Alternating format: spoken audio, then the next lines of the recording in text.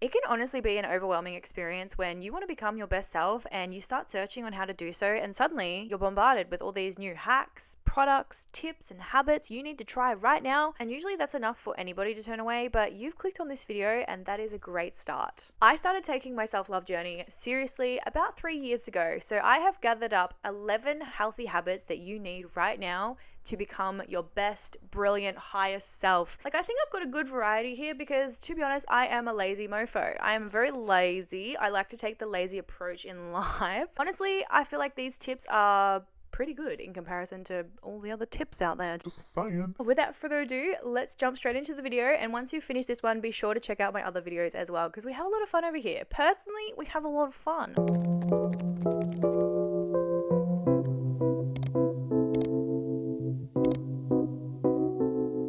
Number one is getting rid of losers in your inner circle. Now, give me a minute here. I was going to say getting rid of toxic people out of your inner circle, but not everybody that we let go is going to be a toxic, bad, ill-intended person. Maybe the connection is just not there anymore and you're fizzling out, or maybe you're just two different people going on two different paths and they're more of a surface level friend now instead of a bestie. Like, that's so fine. That's so normal. Not everyone in life is your forever friend, as hurtful as that may be. But we're not talking about those people. Absolutely not. They are not the connections we're talking about right now. We are talking about the people that actually suck. People who do not have your back in a room full of people. The people who claim to be your friend but treat you with zero respect. They hold no accountability to themselves for their shitty actions and they only want to hang out with you when it suits them. They're the people we're talking about. Because I have one sentence for you that is going to change everything, and that sentence is: friendships, relationships, connections in general are not supposed to be hard. They're not supposed to feel like a chore. Yes, you have to put the effort in, and yes, you have to put the time and the communication and everything, but it should not be hard. It should not feel like a chore, and it should not make you feel terrible at the end of the day. Your people will always choose you. They'll always make you feel validated and welcomed and seen and loved, and they will never make you question any of that if they are your people. So if you have any losers in your inner circle that you consider friends who purposely go out of their way to exclude you, make you feel bad, talk behind your back, I would reevaluate that. Absolutely, because the people we surround ourselves with are very important. They build us as a person, and having shitty people around us is just not worth it. So not worth it. I actually have a video coming out very soon where I talk about some toxic friends that you've got to watch out for and what to do about them. So keep an eye out for that. That might help you if you are in that situation, but for now, get rid of the losers in your inner circle. Your energy is so well deserved in other places instead of trying to fight for yourself and make yourself feel seen and heard and loved by these people that couldn't give a single F. Thank you for the censorship, girls. Love that. Oh, you're going to climb up my shirt. Okie dokie. Number 2 is habit stacking. Now, this might seem really silly and small in comparison to the other habits and tips and tricks that I've got here, but it has honestly helped me so much. Habit stacking is all about doing something while you are waiting for something else, pretty much. Yeah, that made sense, I think. For example, while you are waiting for your food to cook, maybe it's pasta or pizza or whatever it may be, I don't know, you do something productive while you're waiting for that to cook. So I personally like to fill up the sink and do some dishes while I'm waiting for my food to cook, or maybe put the condiments away that have been sitting out on the bench for a little bit longer than they're supposed to. Or if you live with your partner like myself, you can do it together. So for example, one person might cook dinner and the other person does the dishes. It's so small and so minuscule on this list, but it is honestly so impactful. It's so worth it. It's so worth it. Just doing something while you're waiting for something. Amazing. Number 3, reevaluate your situation. Now, you got to get a little bit real and raw with yourself here, because this includes getting to know your flaws and faults when it comes to hitting your goals. And you got to ask yourself, am I getting in my own way? How can I go about it? And what can I do to stop getting in my own way? Ask yourself these questions that I'm about to list right now. It's so much easier to write them down because you can look back on them. But if you've got a photographic memory, go for it. Do it in your head. It's so fine. Or you can write them down in the comments below and we'll hype each other up. You look so comfy right now. Not you interrupting. So think about your future self. Think highly of them because they're judging you right now. What do their habits look like? Do they work out? Do they drink lots of water? Like, write down their habits. What does their morning and night routine look like? What are their boundaries? What does their friendship circle look like? Like, how do they treat them? What do they do? All of the above. What does their future relationship look like? How do people treat them? That has been super helpful for me, especially on my unmotivated days or when I'm hurt by a friendship. I can just look at these answers that I've put on paper and I can be like, you know what? That wasn't serving me to begin with. Goodbye. Or I need to be motivated today, otherwise I am not going to get to this place I want to be. Like, you know, it's so motivating. It's so strange and weird to do, but it honestly helps so much. It really does. Number 4 is always having some form of breakfast. I had a stage in my life where I would skip breakfast because I simply didn't have time between waking up and going to work. That easily could have been avoided if I just woke up a little bit earlier and didn't rush myself, but it happened. It happened. I did that for so long to the point where if I even tried to have breakfast, I would feel ill. I would have a tummy ache. It would not feel good. And then just, so not normal, by the way. So not normal. I went down a very low and scary path of severe anxiety for a good 6 months. And while me skipping breakfast was not the cause of that, it definitely did not help it at all. Didn't help the situation. My therapist told me something that really stuck with me to this day, and it helped trick my mindset into valuing breakfast a lot more than I did at the time. I don't know, like the scientific proof behind this or the knowledge or whatever, but the way she told me this, it just helped everything in my brain. It made sense to me. She told me that breakfast is the most important meal of the day because it gives my body the fuel and the energy to keep my anxiety at bay. So when I do skip breakfast, my body then has no fuel to keep the anxiety at ease, and my anxiety can just take over and completely do its thing. I don't know, the way she worded it was so much more wiser and made a lot more sense in my head. I don't know if that actually made sense. I started out by eating super small, like a banana or an apple in the morning, and then I worked my way up to having a slice of toast, and now I am at the point where I have breakfast every morning, and if I do skip it for some reason, I feel so low in energy. I feel like I can't do anything. I'm done for the day. Call it off, clock me out, done. Did a little bit of Googling, and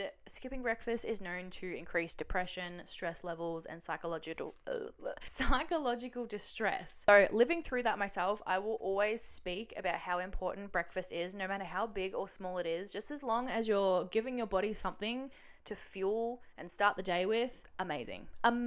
Plus breakfast food, the best. Pancakes, toast, waffles, fruit. Oh my God. Look at these birds. Are you kidding me? Ladies, a word? Oh, thank you. What about you? What is wrong with you? No words from me. Just anger. Toxic. Number 5 is limiting or cutting off alcohol. Now, this is very easy for me to say because I have never been a big drinker. I could probably count on my fingers and toes how many times I've had an alcoholic beverage. I just find zero enjoyment in it. I have unfortunately grown up with alcoholics, and I have witnessed how this liquid can negatively impact someone's life. It's so eye-opening because alcohol is so easily advertised, it's so common, it's so accessible, and if you really think about it, the payoff that alcohol has on your physical and mental health is just so not worth it for a few hours of potentially feeling good. Like, so not worth it. First of all, it slows down your metabolism, which impairs digestion and the absorption of nutrients. What the heck? What? You also feel bloated and groggy and gross and hungover, and it's so not worth it. And they're just the short-term effects. Like, the long-term effects are the cardiovascular problems, the cancers, the liver diseases, weakened immune system, stomach problems. Like, oh my gosh, it's so not worth it. In saying this, a social drink every so often is so fine. So fine. I've seen people who were massive drinkers in their early 20s do a whole 360 and now they don't drink at all. Love that for them. I have also seen people my age who need help for their drinking problem, and I've also seen the older generation above me who have lost their health to drinking a lot of alcohol. In my opinion, it is just so not worth it, and if you definitely want to become your best self, become a better you, then alcohol is definitely going to hinder that. Number 6 is moving your body. Now, this is going to sound so cliche and like I'm a little bit of a life coach, but I promise you, I've got good reasoning behind this. I only signed up to the gym probably a month ago now, and it has honestly been life-changing. It has been life-changing to the point where I have so much more energy throughout my day. I actually am excited to leave the house and go to the gym in my cute little work outfit and lift my 2-kilo weights. Like, I'm just really excited. And that is coming from somebody who felt like a shell of a person for a good 3 years there. But I also understand in this inflation crisis that not everybody can afford a gym membership. Completely understand. I'm pretty much paying an arm and a limb for this freaking membership, but it's so worth it. But any form of moving your body is going to be better than doing nothing. Whether that's going for a walk around your neighborhood or finding a yoga stretching video on YouTube and following that, or buying some cheap weights and doing workouts at home. Like, excuse me,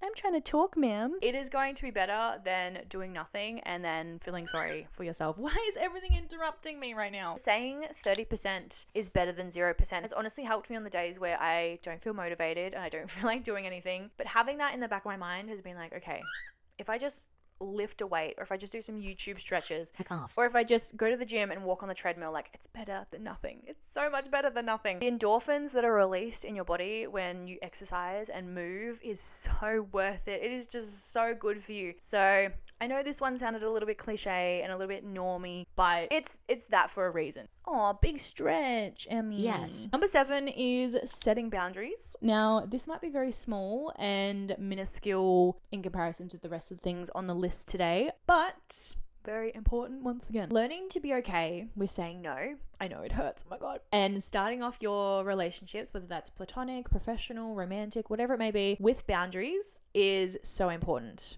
and something not to be just easily swept under the rug with. Especially if you are a recovering people pleaser like myself here, very important to follow this step. Remember this right now, okay? Write it down, mental note, whatever it may be. You don't ever need an excuse to say no if you don't want to do something. Like, no is the answer. No is the excuse. No is so fine. And learning to say no and being okay with it is so essential to having respect for yourself and your mental health. For example, you don't want to go out with your friends tonight because you're tired and can't be bothered and, you know, you've got some stuff to do. No, thank you. I'll see you next time. You don't want to pick up an extra shift at work because it's not mandatory and you're also tired. No, thanks, boss. No is very powerful. It doesn't need a follow-up. It doesn't need anything. Like, be kind about it. Don't be rude. But like, no is so fine. Boundaries are honestly amazing and definitely something a lot of people forget about. But when a boundary is set at the start, it is so much easier to maintain. So much easier. And it's so important. I can't stress it enough. It's so important. Being a doormat, a pushover, a yes man, a people pleaser, whatever you want to label yourself as,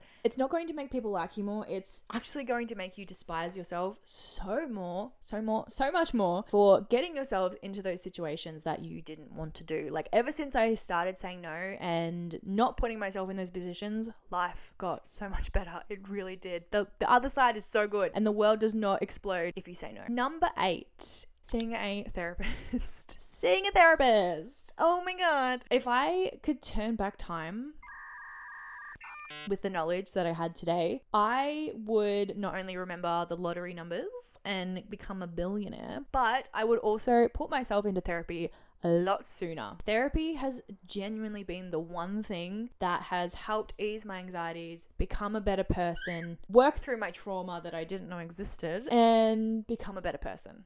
Become me, become who you're looking at right now. Hello. Instead of suffering in silence and letting my insecurities and problems just grow in my mind until I couldn't bear it anymore. And you don't even have to be mentally ill or going through something traumatic to see a therapist. You can simply go to a therapist to just have a chat. Talk about something that you're going through that's upset you. It can be so minuscule, it can be so big. They have been training for 3 years, I'm pretty sure, to give you the answers that you need that are going to help you understand your emotions and help you through your problems. They know what they're doing and they're very good about it. They're very good. I do understand that not everyone can afford or access therapy. It is so incredibly expensive. Like, I didn't ask to be mentally ill. if you do need a quick urgent chat, there's definitely options online or helplines that will help you there. The only downfall obviously is the price, as we've stated, as well as the wait list. Oh my God. I was on my wait list for like 6 months, I think. It is a little bit of a downfall, not gonna lie, but therapy, in my opinion, is so worth it. She's brought a pallet over to munch with us. Oh my God, that went in my face. Number 9 is turning off notifications on your phone. Now, this might seem a little bit silly, but ever since I turned off the badge notifications and sounds to social media, life has been so peaceful. Life has been amazing. And I can actually focus on important things in my life now instead of being distracted by my phone because someone decided to spam like my photos on Instagram. Love that, by the way. Love, love, love. But when I'm trying to be productive girly, I then get distracted and I start scrolling for an hour and I'm like, oh, I didn't mean to do that. So I turned off the notifications on my phone and it is so peaceful. Very simple habit, but very impactful in my opinion. So worth it. So even if you just turn your phone on, do not disturb, so good. And number 10, guilt-free rest days. I talk about this a lot more than I should, but I truly believe that you cannot have your productive days without your guilt-free rest days. And they must be guilt-free. In the same way that you wouldn't continue to scroll and use your phone when it's sitting at 3% battery, you can't expect your body to work at full power when it hasn't had the food, the water, and the rest. It needs to be fully charged, if that makes sense. I don't know if that made sense. I must admit, having a guilt-free rest day is incredibly hard at first because you want to rest, but your body is telling you all of these things. Well, not your body, it's your freaking mind. Your mind is telling you all these things that you could be doing instead, and you start to feel a little bit guilty about it. And you're like, I don't deserve rest. I could be doing so many better things. So when my mind starts to get into that mindset, really annoying, I like to remind myself that pushing my limits to the point of burnout is not the way to live or hit my goals. I am in a very lucky position where I work from home and I can block out a day and dedicate it to guilt-free resting, but you don't need a full day to have a guilt-free rest. Absolutely not. You can block out a few hours, a few minutes, whatever it may be. Probably not a few minutes. You deserve more than that. I would take those hours and do anything that isn't being productive and thinking about work. It could be in the form of having a nap, gaming, reading, getting some sunshine, going for a walk. Rest comes in many different forms and sizes and things. Like, I enjoy a cheeky little nap personally, but you might not. Saying all this, you will not be able to rest and rejuvenate your soul if you are feeling guilty about not doing something productive the whole time. So you've kind of just got to cut off that emotion of feeling guilty and just rest. It is so hard to do. Trust me, it's so hard to do the first couple of times, but once you realize that you need rest in order to be productive, it becomes easy. It becomes so easy. You can't have your good days without your bad days. It's all about balance, unfortunately, as annoying as that is, but it is very well needed. So those are all my habits and tricks and things that hopefully improve yourself in your life and becoming your best self ever. If you made it this far, don't forget to give me a like and subscribe down below so you don't miss out on my videos every Sunday. And I also upload a short every Wednesday, so don't want to miss out on that either. If there's something that you want me to talk about, whether that's friends, situations, relationships, something happening in your life, like whatever it may be, tell me down in the comments, or I do have an email now that you can email and send your whole scenario, advice that you want, drama that may be happening, whatever it may be. Send it to my email and I am going to start doing a series called Advice Hotline, and I am going to give you advice on the scenario that you have given me. It's a fun little thing that hopefully will work on my channel here, but I will leave the email down below. Send me your questions, scenarios, advice that you need on drama, whatever it may be, and hopefully we can do it monthly. I don't know what's gonna happen. I'm gonna love you and leave you guys. I'll see you in my video next Sunday, so bye.